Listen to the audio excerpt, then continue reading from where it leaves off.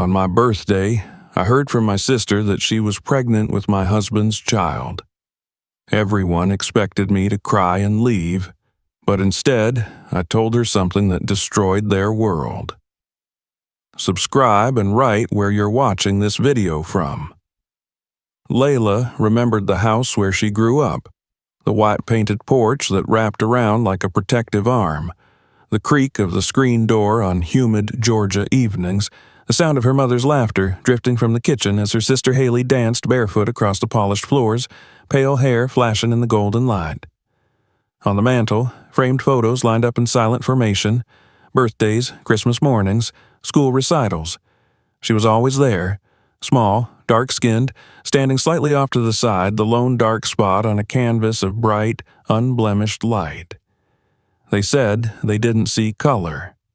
Her mother said it often, a gentle mantra layered with kindness and a hint of defensiveness when other parents asked in low, confused voices at PTA meetings. Layla was 4 when she first understood what it meant, sitting on a carpet during story time, her tiny hand raised to answer questions, only to see the teacher pause, eyes flickering before moving to a blond boy behind her.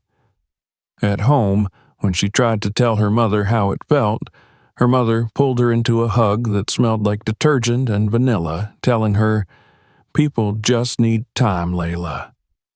She remembered how Haley ran through the room, clutching a new doll that matched her corn silk hair, while Layla sat, the hug dissolving, her words swallowed as Haley's laughter took center stage. Every birthday was the same. Haley's birthdays meant balloons tied to chairs, cakes with icing in bright, joyful colors, laughter, and the flashing lights of the camera as Haley opened present after present, squealing as paper ripped and bows fell to the floor. Layla's birthdays were calm, polite dinners where she received books, socks, and a practical sweater while her mother smiled, saying she was proud of Layla's maturity. She would watch Haley twirl in new dresses while she folded the wrapping paper neatly, clutching a new book to her chest, the bright ribbon slipping from her lap to the floor unnoticed. In school, Layla excelled quietly. Perfect grades, quiet nods from teachers, a steady line of achievements no one thought to photograph. When she won a spelling bee in 3rd grade, the ribbon pinned to her sweater, she looked for her parents in the crowd, her eyes scanning for her mother's bright smile. But her parents were at home, comforting Haley after a tantrum over a broken crayon. Layla placed the ribbon on the kitchen table that evening, and her mother said, "That's nice, Layla," before returning to brushing Haley's hair. Haley was loud, demanding, bright. She had tantrums in grocery stores and at church, threw her food when she didn't want it, and slammed doors so hard the frames rattled. Layla learned to be quiet, to take up as little space as possible, to fix her own plate, to fold her laundry without asking for help, to close her bedroom door softly. When Haley cried, Layla was told to share, to give her toy, to give her time, to give her place in the car, to give her patience. "You're the big sister," her mother would say, smoothing Haley's hair as she glared at Layla with tear-bright eyes, clutching Layla's doll with sticky hands. "Be strong for her." Layla tried. She did. She held in the frustration when Haley screamed at her, when Haley tore pages out of Layla's notebooks, when Haley claimed that Layla's favorite sweater was hers and wore it, spilling juice down the front, leaving a faint orange stain that never washed out. Her parents said, "It's just a sweater, Layla. Don't make it a big deal." Layla would fold the sweater carefully after Haley left it crumpled on the floor, pressing it flat with her small hands. As a teenager, Layla learned how to disappear. She spent her time at the library, finding refuge in stories, in the quiet. She earned a scholarship to a summer science program while Haley spent her summer sneaking out to parties, coming home with a glitter on her face and the smell of cheap alcohol clinging to her clothes. Layla sat at the kitchen table with her mother, showing her the acceptance letter, the scholarship paperwork, her heart pounding.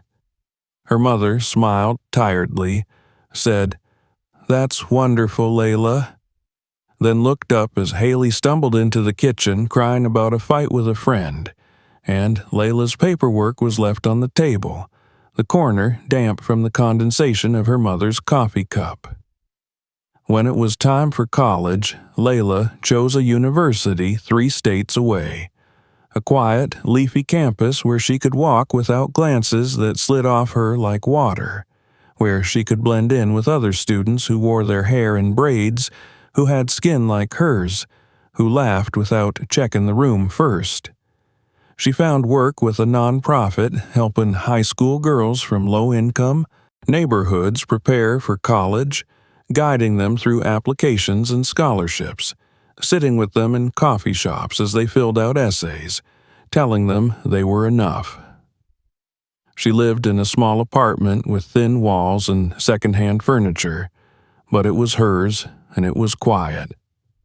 Meanwhile, Haley dropped out of community college twice, got a job at a boutique that she quit after 2 months, then moved back home, bringing with her the chaos that Layla had left behind.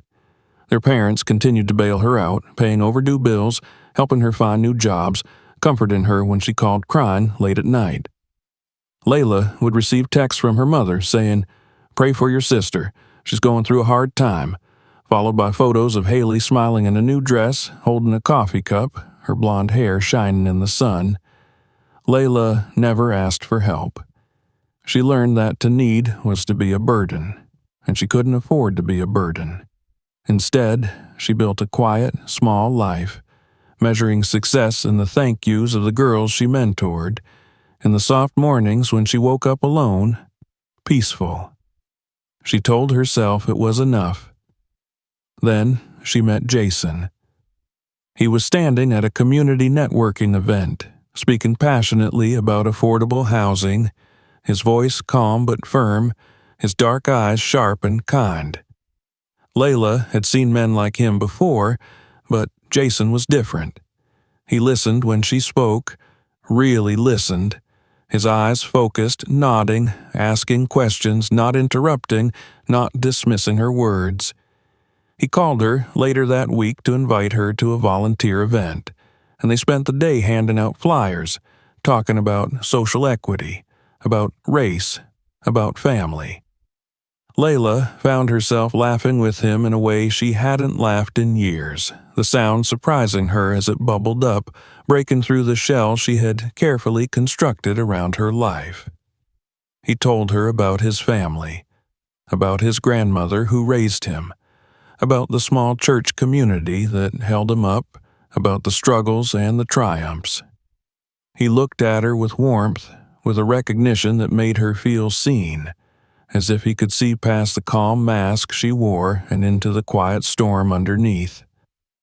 They began spending more time together, dinners in small restaurants where they shared dreams and disappointments, long walks through the city streets where they spoke of the futures they wanted to build, the impact they wanted to have.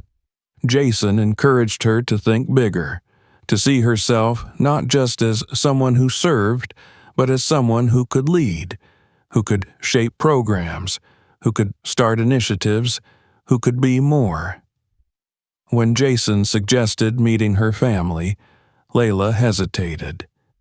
She thought of the polite smiles, the questions about his background, the subtle glances they would exchange when he left the room. She thought of Haley, of the way her sister could command attention, the way her mother's eyes would soften for Haley, the way Layla would always be the background to Haley's chaos. But Jason was persistent, gentle but firm, telling her that if they were serious, it was important. Layla chose a quiet weekend dinner, a safe, familiar restaurant her parents liked. She dressed carefully, choosing a navy blue dress Jason had once said made her look radiant, pulling her braids back, applying makeup lightly, standing in front of the mirror and telling herself that she deserved this, that she was enough, that she could do this. The dinner was what she expected, but worse in its polite suffocation.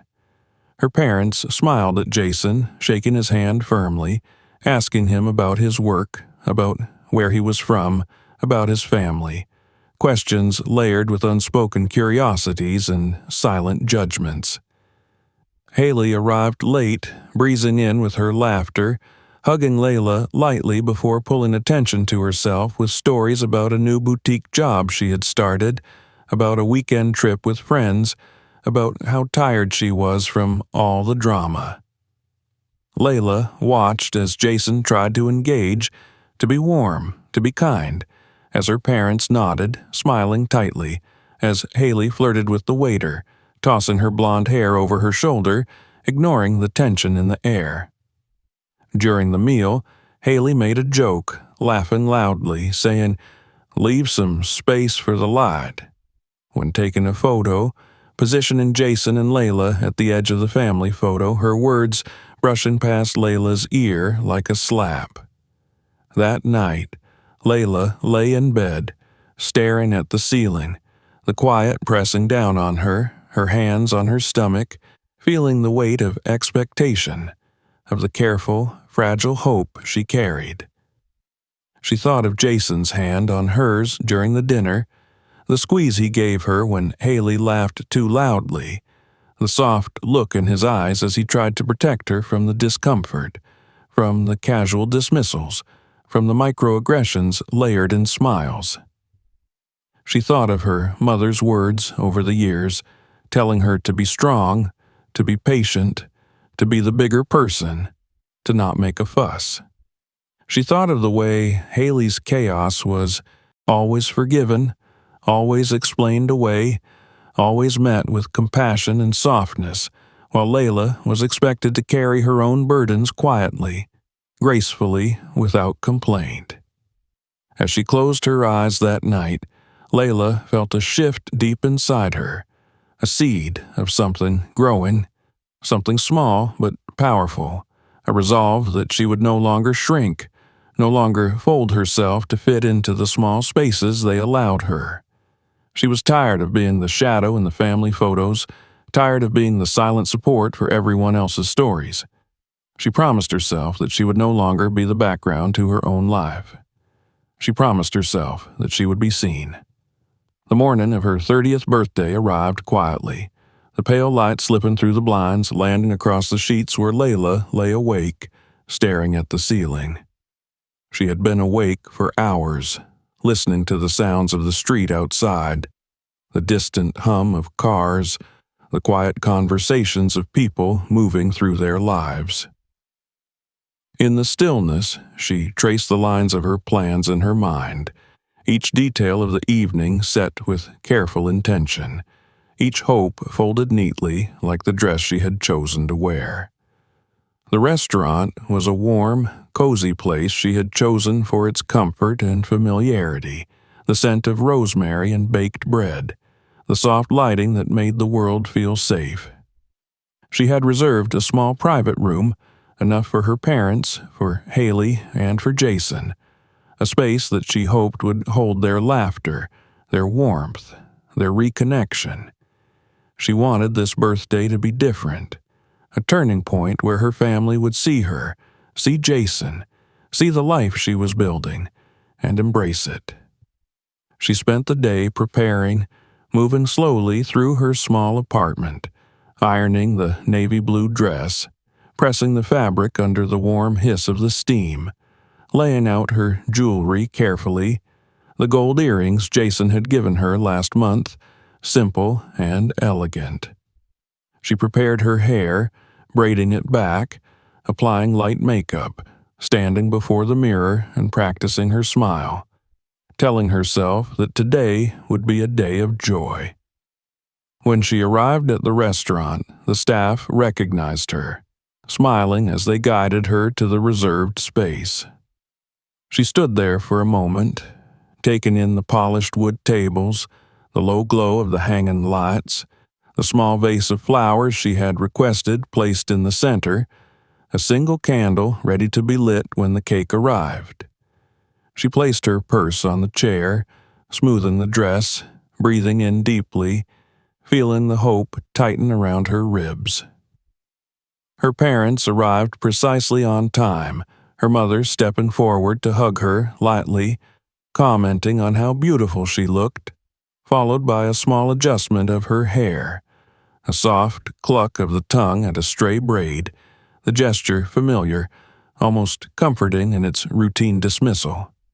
Her father hugged her quickly, a stiff, awkward embrace, before handing her a small envelope containing a gift card, saying, "Just something for the house."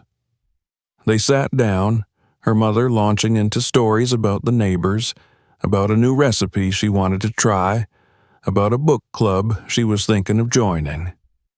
Her father nodded occasionally, adding his own small comments, asking Layla about her work, about whether she was still doing that nonprofit thing, before quickly returning to talk about a new car he was considering, the price, the mileage, the color. Layla listened, nodding, adding comments where she could, waiting for Jason, checking her phone quietly under the table. He had messaged that he was running late, a last-minute work call he couldn't avoid, but that he would be there soon. She told herself it was fine, that he would arrive, that this was still going to be the evening she had planned, the moment she had imagined, the turning point. Time moved slowly, the room filling with the soft murmur of other diners, the quiet clink of glasses and silverware, the low hum of music. Layla sipped her water, placing the glass down carefully, watching the condensation form a small ring on the tablecloth. Her mother encouraged her to order wine, saying, "It's your birthday." But Layla declined, wanting to share the first toast with Jason. The door opened, a small chime ringing out, and Layla looked up, her heart catching in her chest. Haley entered, laughing, her blonde hair falling over her shoulders, her red dress clinging tightly to her frame, drawing the eyes of diners as she moved through the room. Behind her, Jason walked, his hand hovering just behind her back, his eyes soft, his smile polite, his presence commanding yet subdued. They moved together, too close, their bodies aligned in a way that made Layla's stomach tighten, a small spark of something dark flickering at the edges of her mind.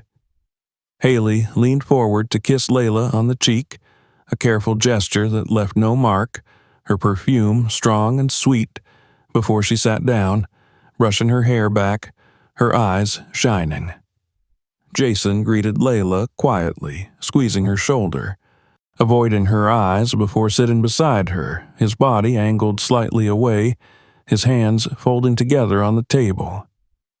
Layla noticed the scent of his cologne, stronger than usual, a fresh shower clinging to his skin, the faintest hint of something foreign, a shadow she couldn't place. They ordered their meals, her parents dominating the conversation, speaking of their recent trip, of the garden, of the neighbor's new dog.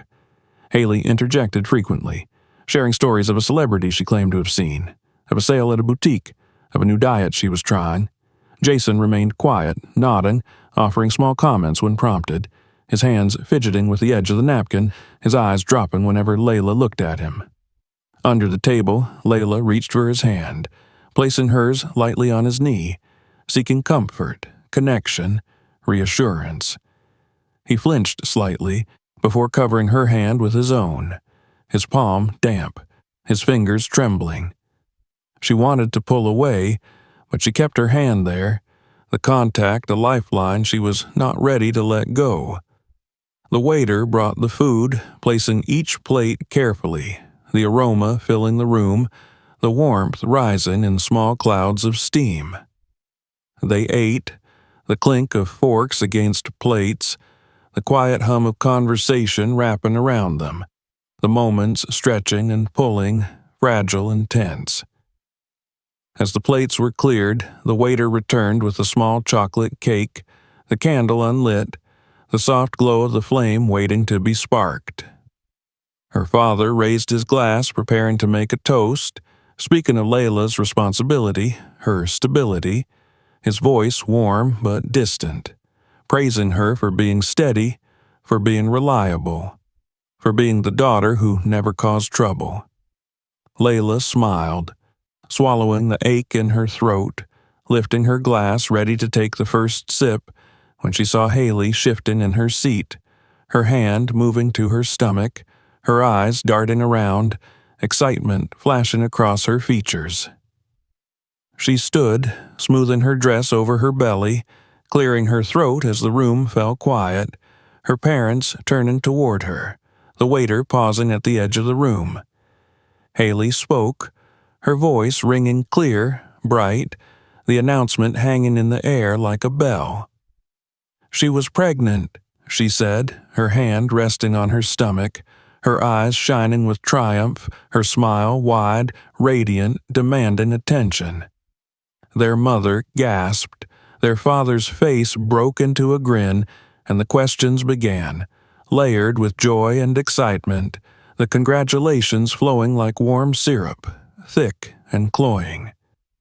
Layla sat, frozen, her glass hovering near her lips, the candle flickering in the corner of her eye, the warmth of the room pressing down on her, making it hard to breathe. She tried to smile, to join in, to find the happiness they all felt, but something in the way Haley looked at her, something in the small smirk, the flicker of victory, made the room tilt. Then Haley spoke again, her voice softer now but loud enough for everyone to hear. She said there was more, something else, something important, something that needed to be shared now, tonight, in front of family. She looked at Layla, her eyes gleaming, and said that the father of her child was Jason. The words crashed into Layla, breaking against her ribs, splintering into sharp edges that cut through the careful composure she wore like a shield. The room was silent, the background noise of the restaurant fading, the light seeming to dim, the faces around her turning toward her, watching, waiting, measuring her reaction. Her mother gasped again, her hand covering her mouth, her father's smile faltering, confusion replacing joy, the questions forming but unspoken. Jason stared at the table, his hands gripping the edge, his knuckles white, his breath shallow, his eyes refusing to meet hers. Haley smiled, her hand still on her stomach, her eyes never leaving Layla's, the triumph in her gaze cold and sharp.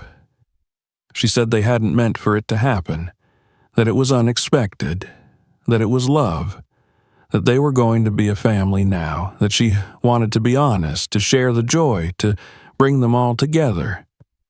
Layla felt the world tilt, the air thick, her lungs refusing to fill, the room pressing down on her, the candle's flame flickering wildly. She set her glass down carefully, her hands steady despite the tremor in her chest, her heart beating a hard, painful rhythm. She looked at Haley, at Jason, at her parents, at the cake sitting between them, the candles still unlit, the wax beginning to melt down the side. She felt the weight of years pressing on her shoulders, the memories of every birthday, every family photo, every moment she had stepped aside, every sacrifice she had made, every time she had been told to be the bigger person, to be patient, to be quiet.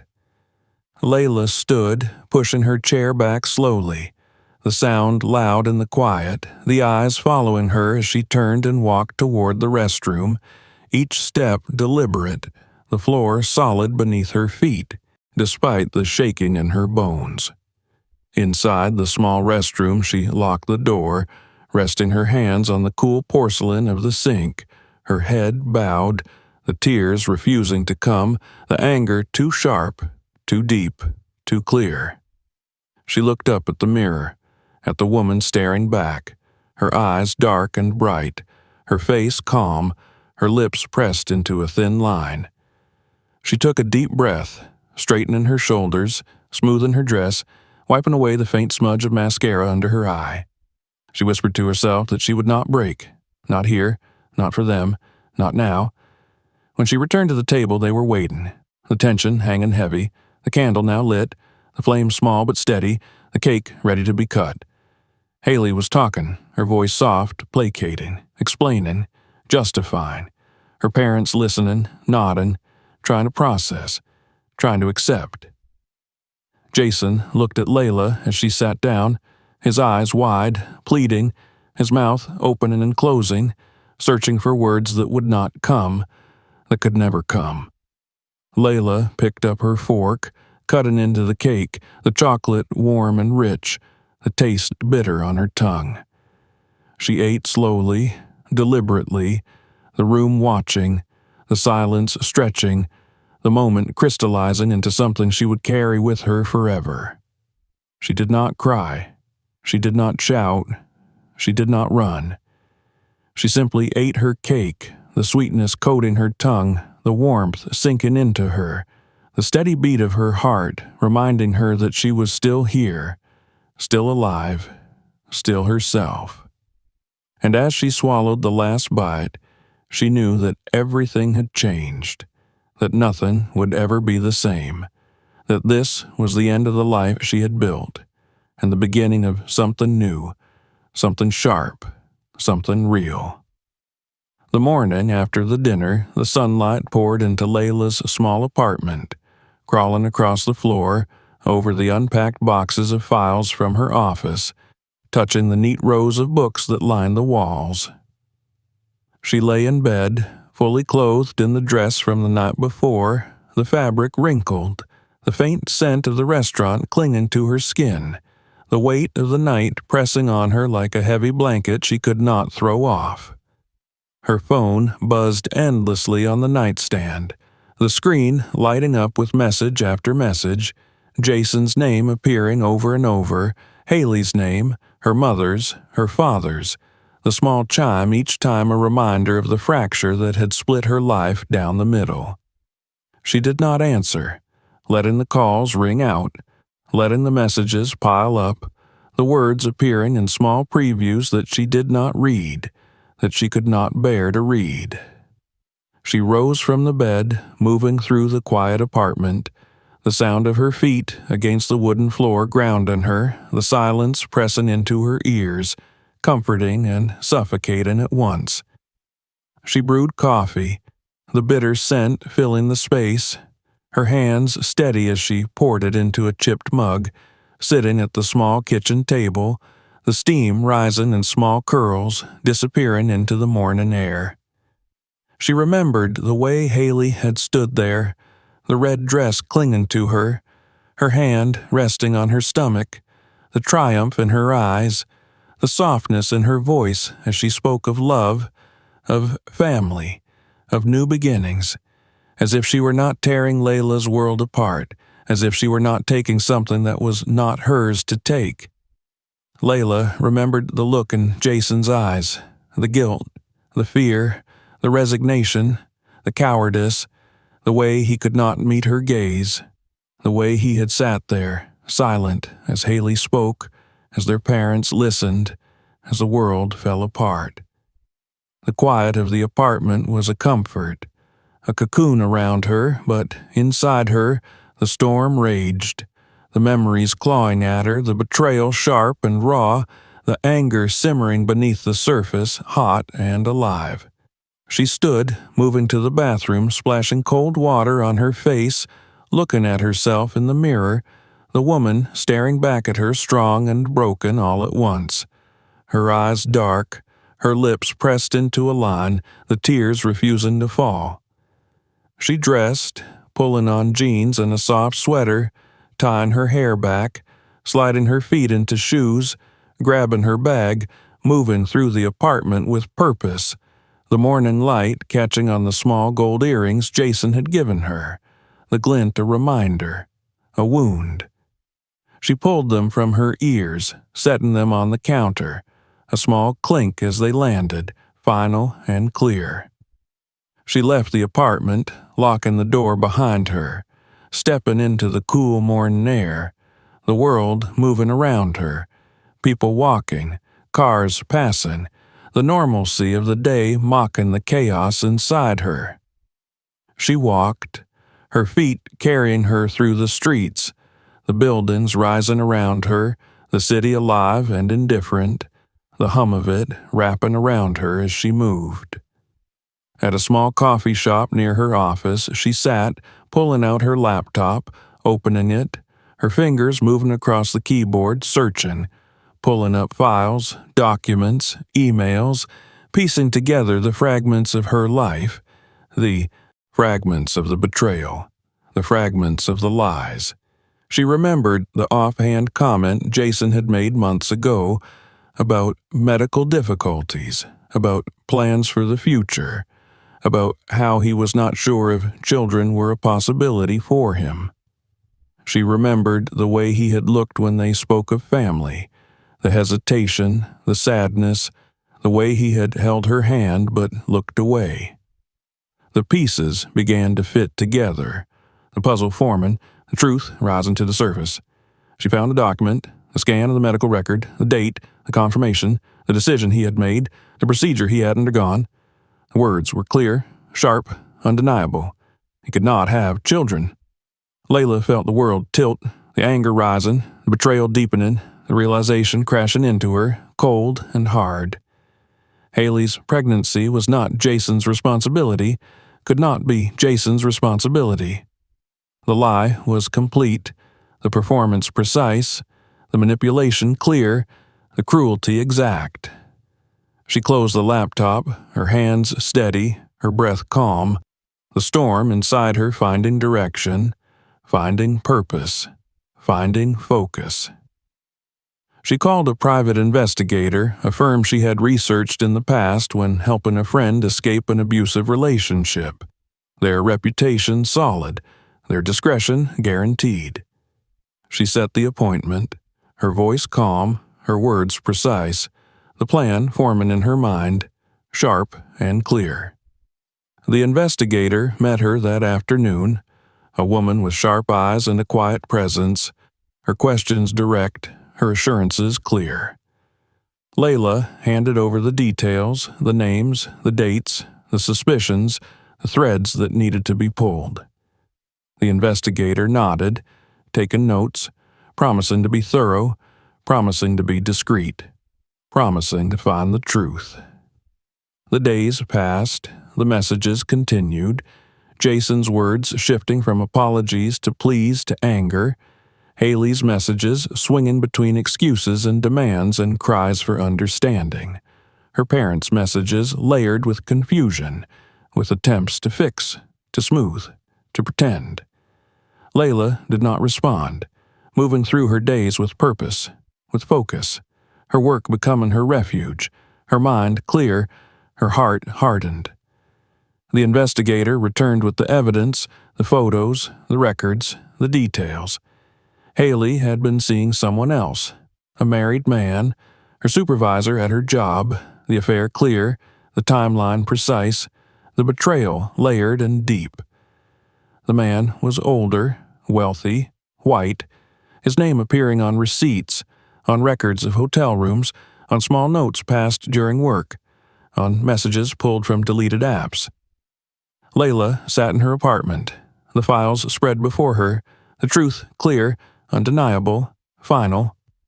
She felt the anger rise, but beneath it, the freedom, the clarity, the relief. The betrayal was complete, but it was no longer her burden to carry, no longer her wound to nurse, no longer her shame to hold. She packed a small bag, taking with her the documents, the records, the truth. She returned to her parents' house, the drive quiet, the world outside passing in a blur, the trees lining the road, the sky wide and pale, the air sharp with the coming winter.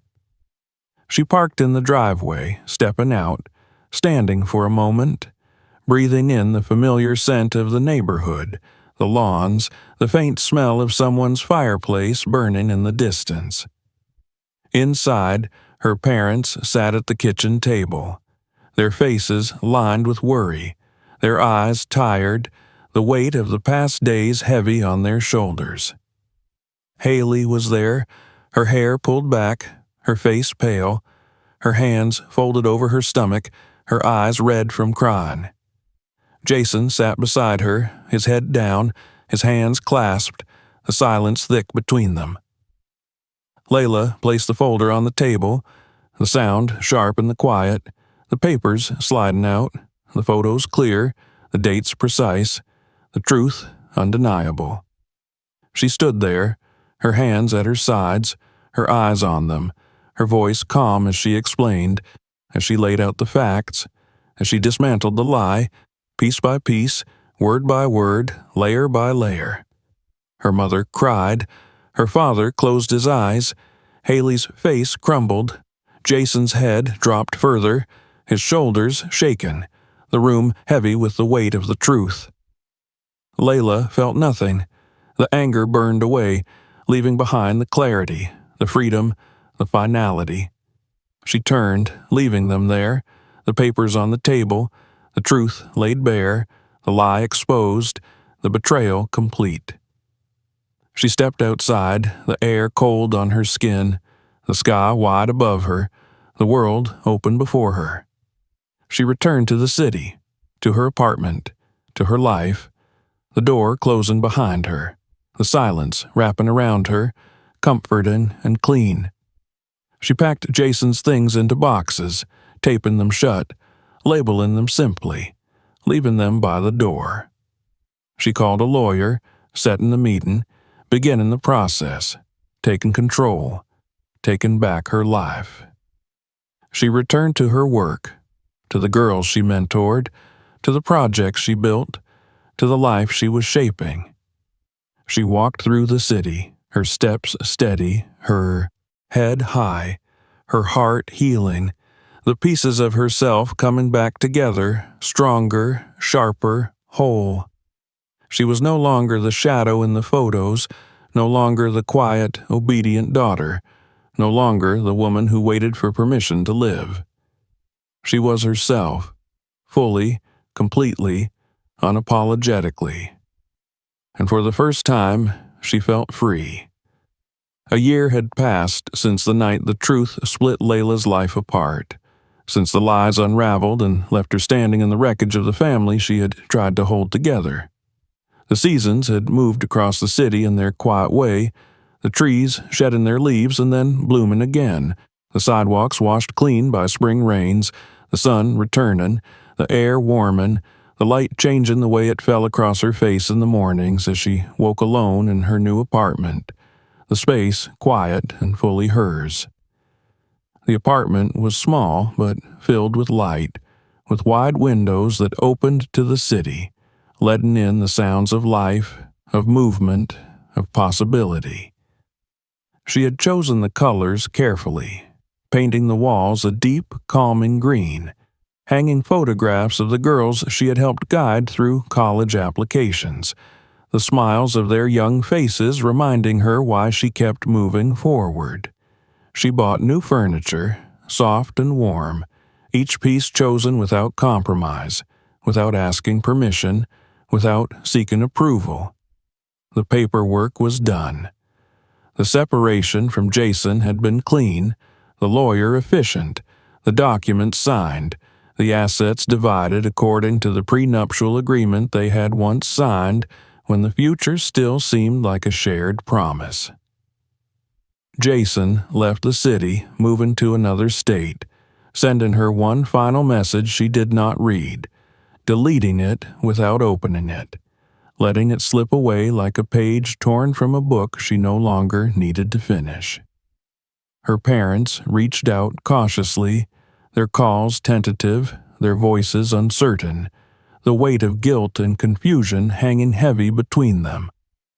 Her father, in quiet moments, admitted they had failed her, that they had not seen, that they had not protected, that they had not understood what it meant to love her in the way she needed, not as a symbol of their goodness, but as a daughter deserving of unconditional respect.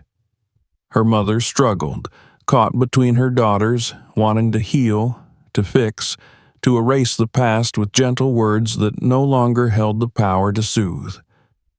Layla did not push them away, but she no longer allowed them to shape her days.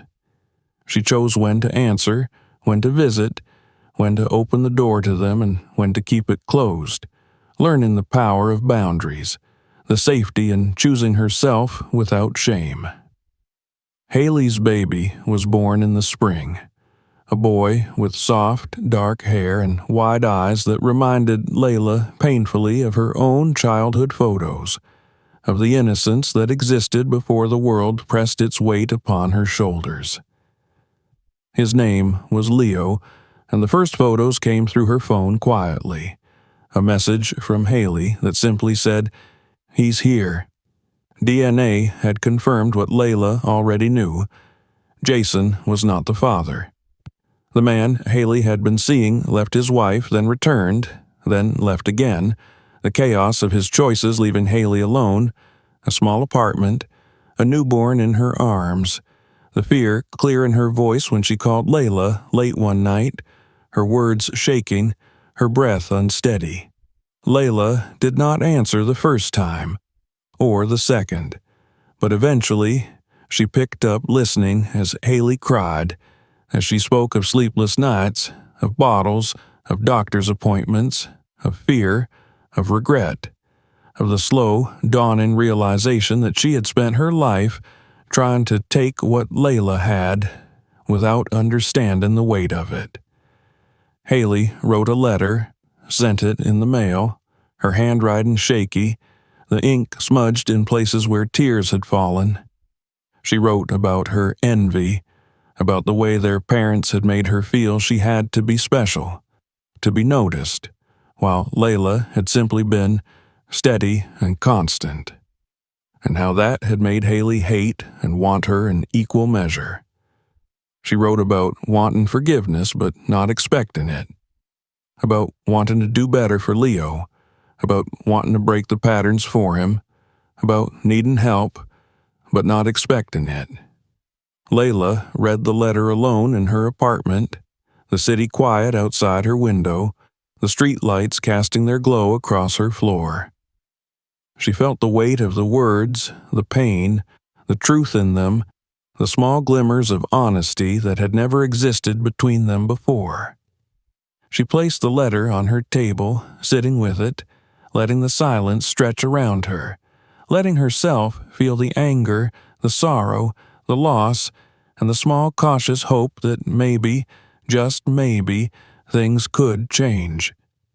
She went to see Haley and Leo, standing outside the small apartment, breathing deeply before knocking, the door opening to reveal her sister, pale and tired, holding the small, squirming bundle in her arms, his eyes bright, his small hands curling around nothing, his mouth opening in a soft, searching cry.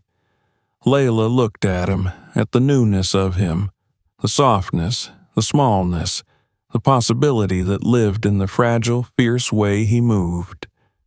She stepped inside, letting Haley place Leo in her arms, feeling the warmth of him, the weight of him, the way he turned his face toward her, the way his tiny hand rested against her chest. She felt something in her crack open, the softest, most painful tenderness blooming in her as she'd rocked him gently, feeling his breath, his warmth, his presence, the way he simply existed, needing nothing but love and care and safety. Haley asked her to be Leo's godmother, her voice shaken, her eyes wide and wet, her words small and uncertain. Layla stood there, holding Leo, feeling the weight of the ask, the meaning of it, the promise it carried. She thought of herself, of the girl she had been, of the woman she had become, of the pain, of the healing, of the strength it had taken to stand alone, to build a life from the ashes of betrayal. She said yes, not because she forgave Haley fully, not because the past had disappeared, not because everything was fixed, but because Leo deserved to know what it meant to be loved without conditions, to have someone in his life who would show up, who would protect him, who would teach him that his worth was not in what he could take, but in who he was, in the light he carried, in the softness of his existence.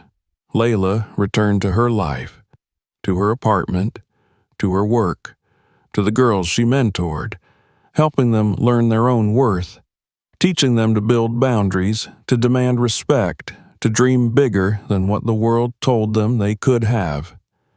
She worked late into the nights, building her program, shaping it with care, pouring her knowledge, her resilience, her quiet, steady power into something that would last, something that would grow, something that would matter.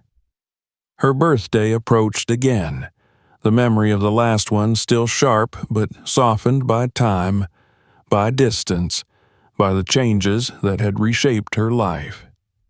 She planned a small dinner with friends, people who had become her chosen family, who showed up without conditions, who loved her without requirements, who laughed with her, who held her accountable, who stood beside her in the quiet moments and in the loud ones.